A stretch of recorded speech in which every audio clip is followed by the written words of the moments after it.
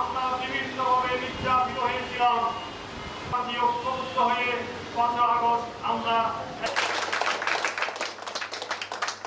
বিগত 4 মাস যাবৎ আমরা আমাদের মধ্যে নেই না, তার প্রমাণ হলো তারা সার্বিক সহায়তা করবেন বলে আমি আশা করছি।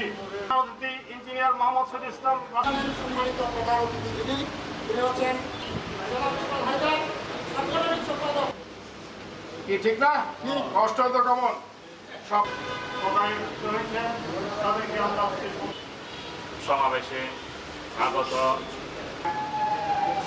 নেতৃবৃন্দ, আমরা অত্যন্ত আনন্দিত গর্বিত। চট্টগ্রাম মহানগর বাংলাদেশ জাতীয়তাবাদী পার্টি আপনাদের নিয়ে দেখি কারবালার ময়দানটা কিভাবে তাদেরকে আমরা আরো বেশি আনন্দিত করতে পারবো।